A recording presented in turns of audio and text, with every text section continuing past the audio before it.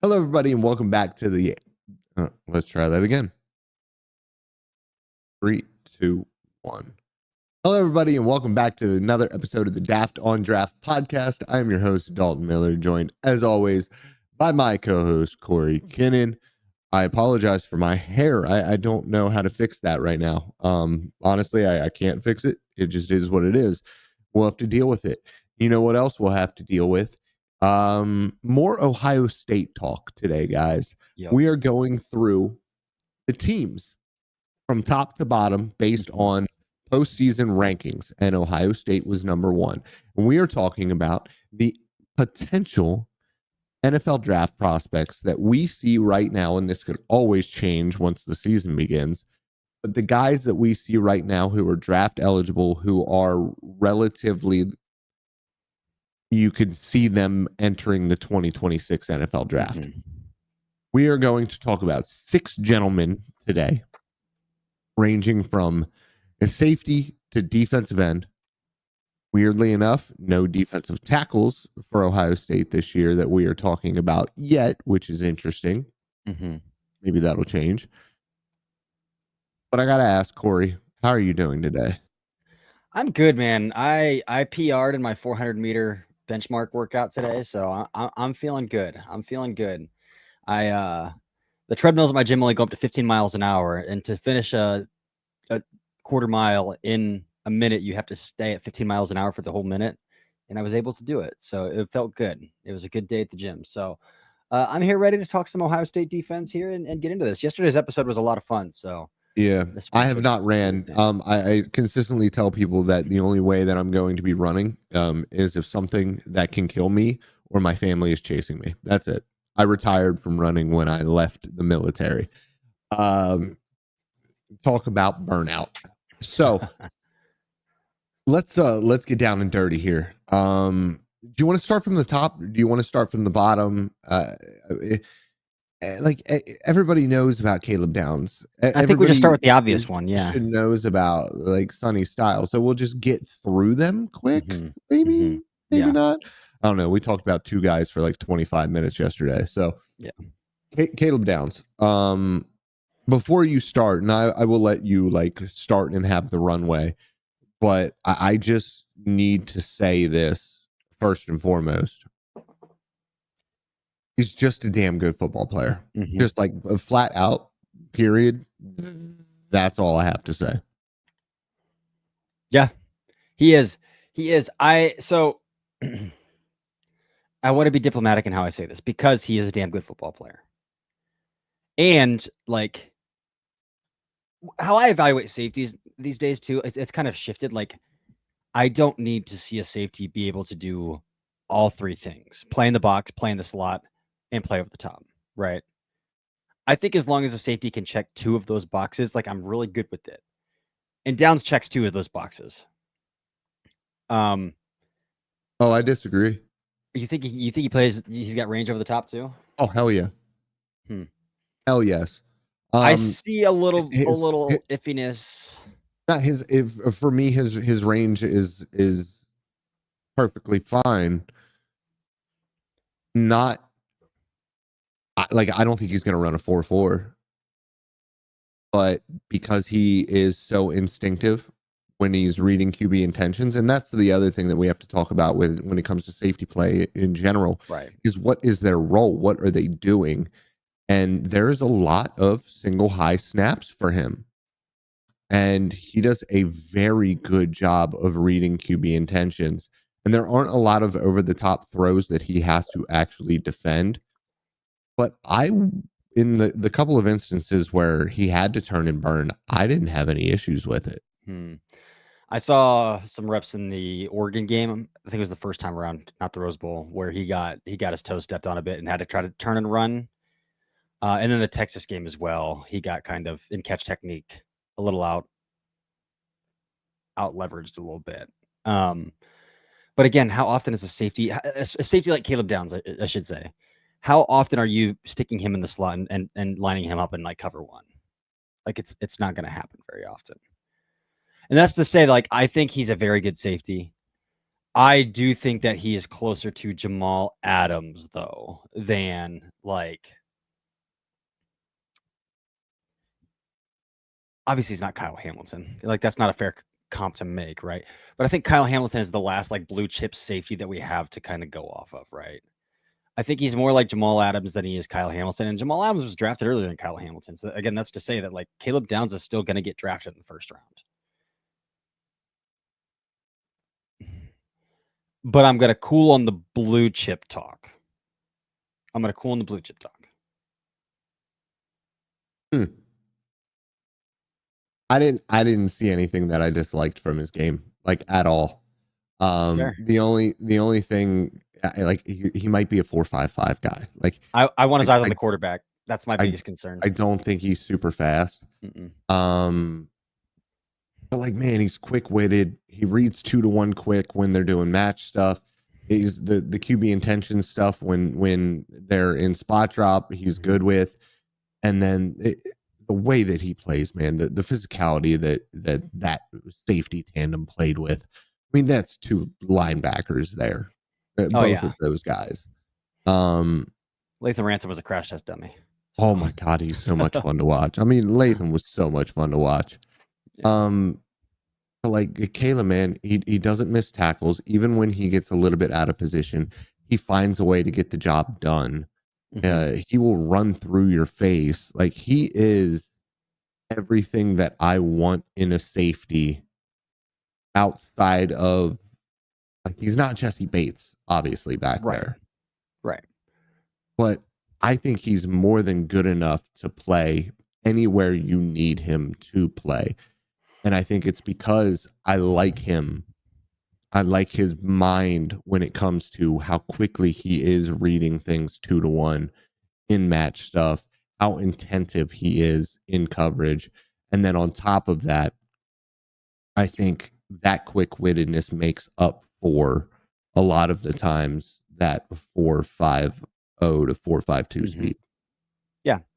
I mean, I think that's all fair. Again, he's a good football player. I'm not there with the blue chip stuff because again, like when his eyes are on a man and not on the quarterback is when but again, he's a safety. So like it's unfair to say like, well, he's not as good in man coverage as corners are. Well, of course not. He'd be playing Yeah. corner, right? Like so like it's a little nitpicky. I mean, It's a let's little not forget nitpicky, Kyle but Hamilton got embarrassed by a 5'8" Oregon State wide receiver.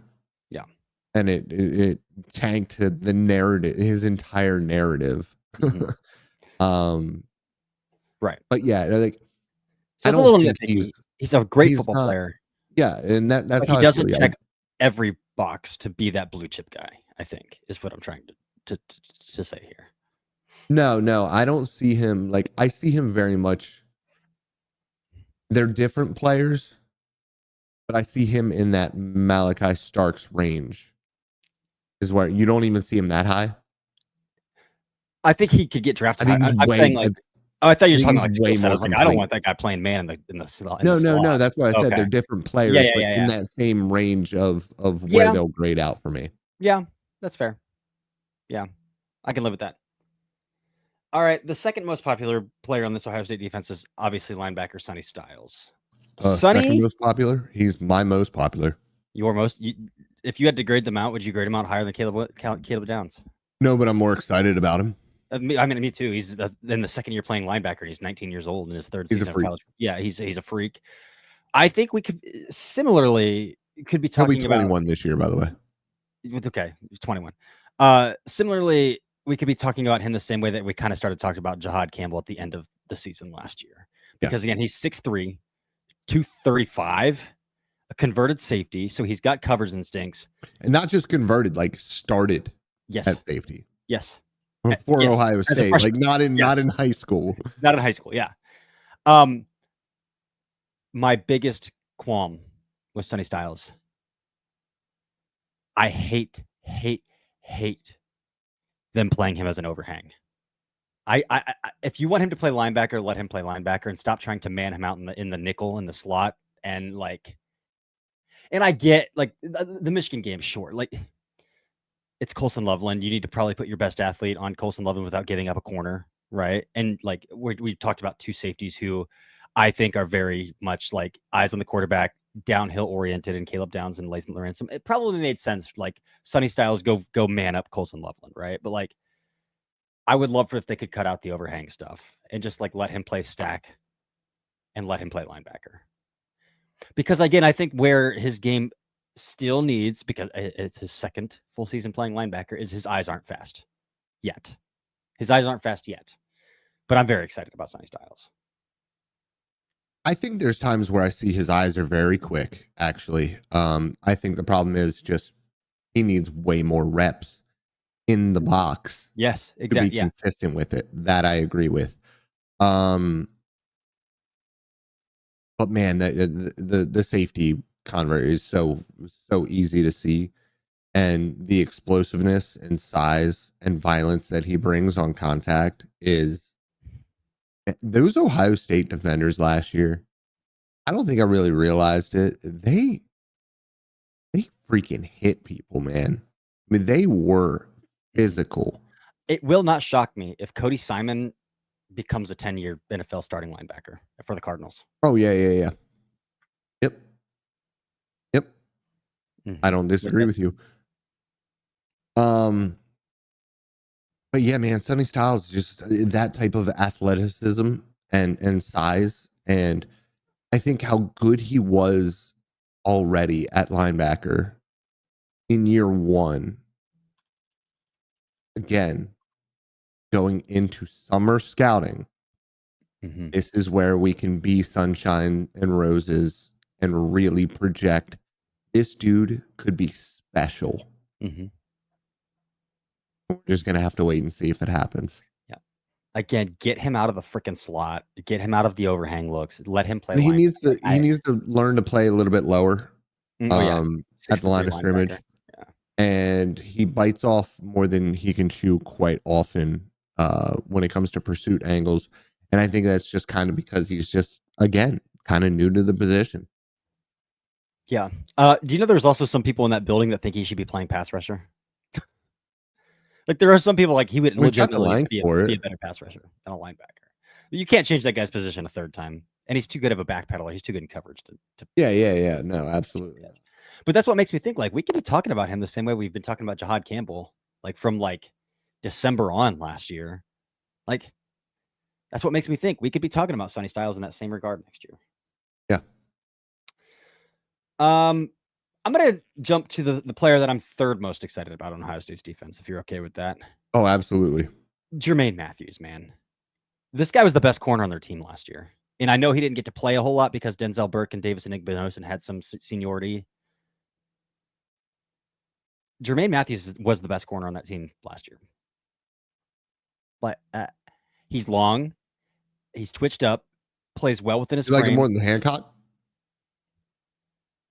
I mean, Hancock was kind of like an Apex hybrid, right? So like, yeah, I get it. But we're talking about outside corner. I get it. Yeah, I did like Hancock quite a bit, but he was always kind of like a day 3 player to me just because of role and like scheme fit kind of questions, right? So like, Jermaine Matthews could blow up this year, and it wouldn't shock me if he's the next Ohio State corner to go in the first round. Like, twitched up, pigeon-toed, well within his frame, fluid, long. I'm excited to see him as a full-time starter and not like rotationally in. I'm excited to see Jermaine Matthews this year. Yeah, I want to see more of him. Caught obviously bits and pieces from whenever I could get him getting some good snaps. Thankfully, he actually got quite a bit of snaps during the playoff run, and I was very surprised. I love watching the 5'10" to 6 foot corners who have legs like they're 6'3" and like a real small torso and are still super fluid. Like he is, like you said, he is very fluid. Some of the speed turns and his ability to reacquire and carry was a lot of fun to watch when he, got his toes stepped on and he was able to redirect and recover in ways that, I mean, we saw what happened to Denzel Burke in that Oregon game. Yeah. So, I mean, you're right. Jermaine Matthews is a guy that I think you can be really excited about going into this year, especially with who you have on the opposite end of the spectrum here. Yeah. Welcome back, Joey Porter Jr. More grabby Joey Porter Jr. Oh yeah, he's way grabbier than Joey Porter, and he's not as good. No, nowhere near as good. Yeah. No. He's Dollar Tree Joey Porter Jr. Yeah, and I tweeted it out. Caden Curry had a good pass rush against Marcus Bowe, and we'll talk about Curry here in a minute, but he had a good pass rush against Marcus Bowe, and obviously on that play, it was a pass downfield, and Igmanosin defensive pass interference. Obviously. And that's really what it comes down to. Now, what I will say is Ohio State, and this is why you can be really excited about somebody like Jermaine Matthews. Ohio State really puts their defensive backs, particularly their corners, in really, really disadvantageous positions. We're talking about playing 10 yards off. We're talking about having to catch and carry guys quite a bit. They are asked to be high-level processors and athletes, playing aggressive with their toes down at 10 yards and still be able to carry vertically. That is why Denzel Burke got murked against Oregon, because he couldn't turn and burn with the speed that those guys had. Yeah, so Dalton, according to PFF here, Davis and Igmanosin racked up 16 penalties last year.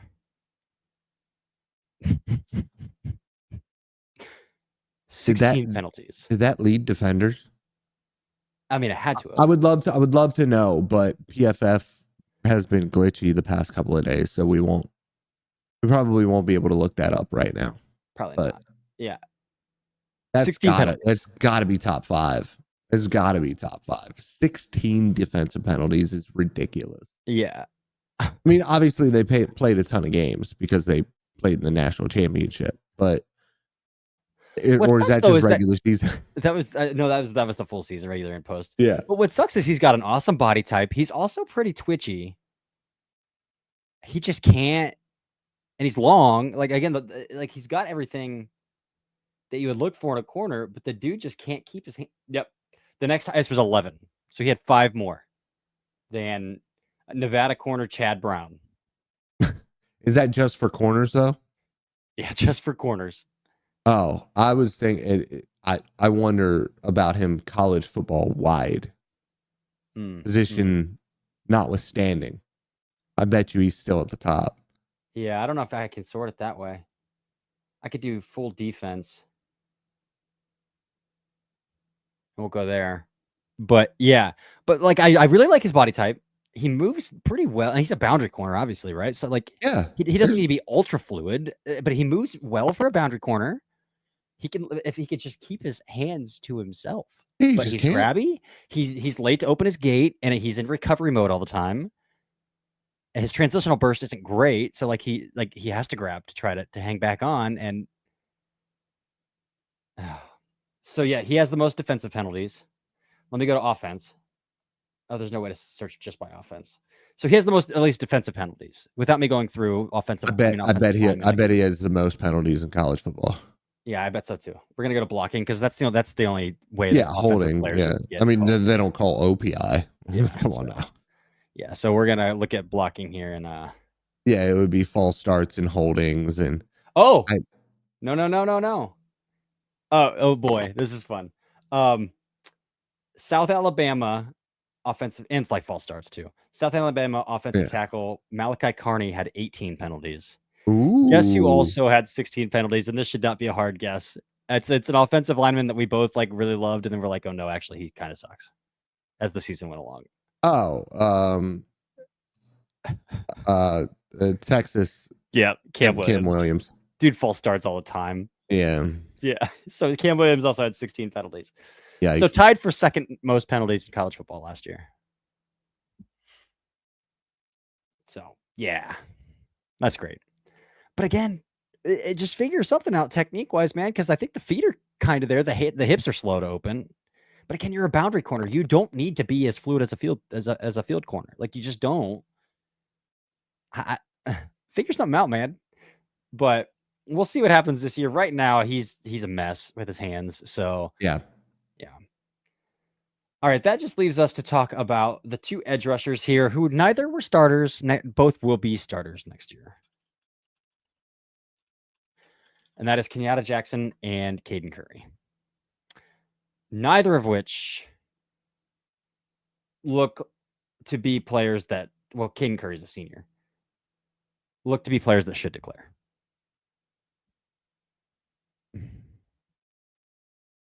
Yeah. Yeah.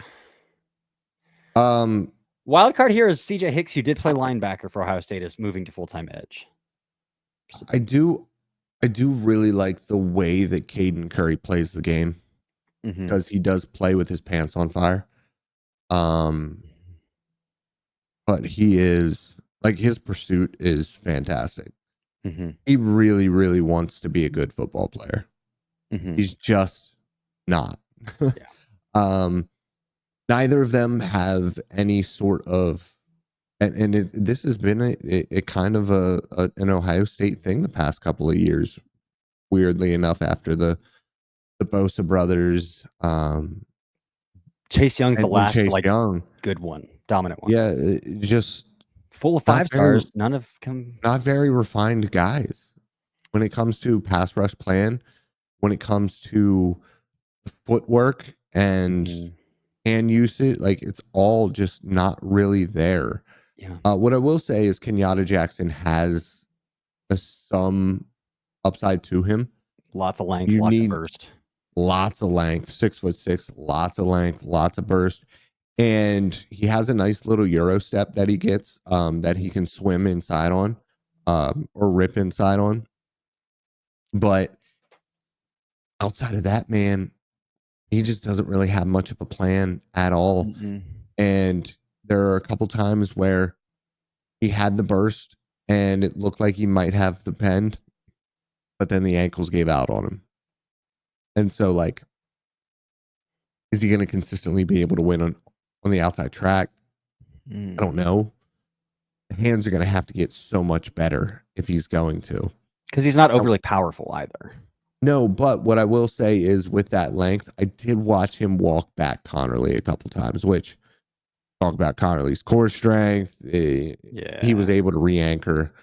But there is that initial stab and drive. Right. Mostly because he's 6'6". He's probably got 34-inch arms.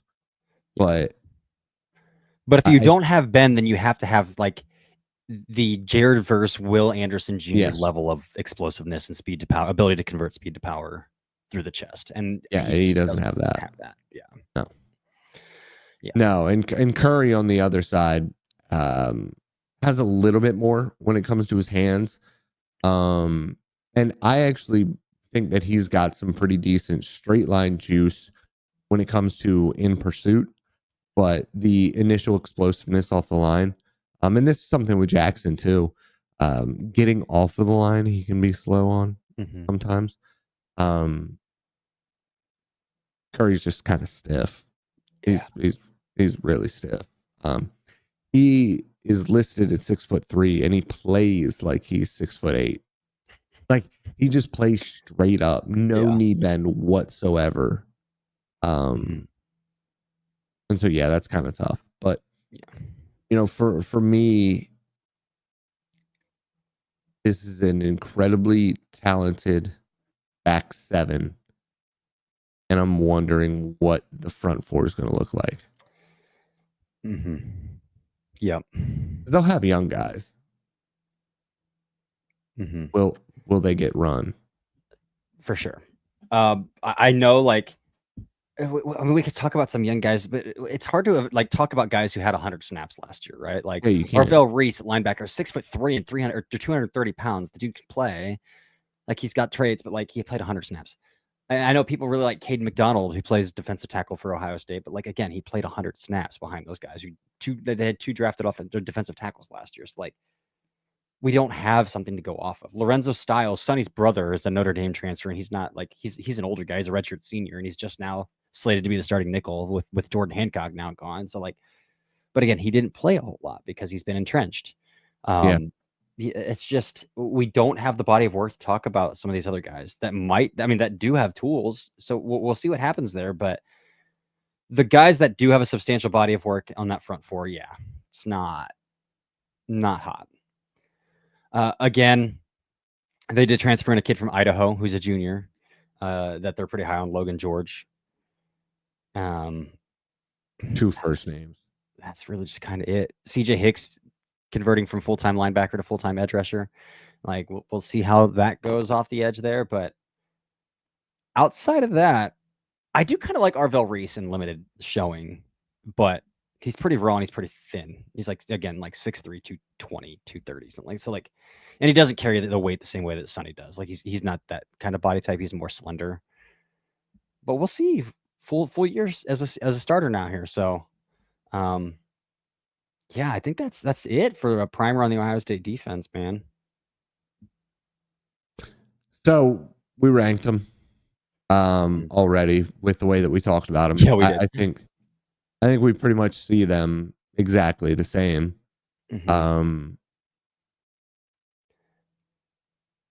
I think Downs and Styles are both round 1 guys. Styles can definitely get there. Yeah.